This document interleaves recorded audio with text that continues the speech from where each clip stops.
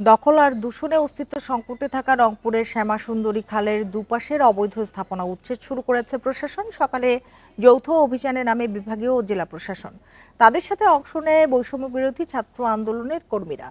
জেলা প্রশাসনের নির্বাহী ম্যাজিস্ট্রেট মাহমুদুল হাসান মৃধা জানান, নগরীর কেরানীপাড়া এলাকায় খালের দুপাশের অবৈধ স্থাপনা অপসারণের কাজ শুরু হয়েছে। এ সময় খালের জায়গা দখল করে গড়ে তোলা বেশ কয়েকটি স্থাপনা ভেঙে ফেলা হয়। এরই মধ্যে ১১৭ জন দখলদারের তালিকা প্রস্তুত করা হয়েছে বলেও জানান তিনি। বাকিদের চিহ্নিত করতে কাজ চলছে। এ ধরনের অভিযান অব্যাহত থাকবে। নগরবাসী বলছেন, দীর্ঘদিন পরে শুরু হওয়া এই উচ্ছেদ অভিযান যেন পূর্বের মতো থেমে না যায়।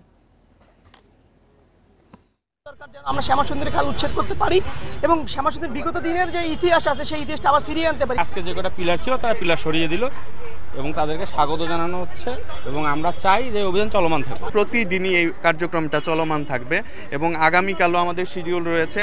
এই উচ্ছেদ কার্যক্রমের ক্ষেত্রে কোনো ধরনের কোনো বাধা আমরা এটা বরদাস্ত করব না। আমাদের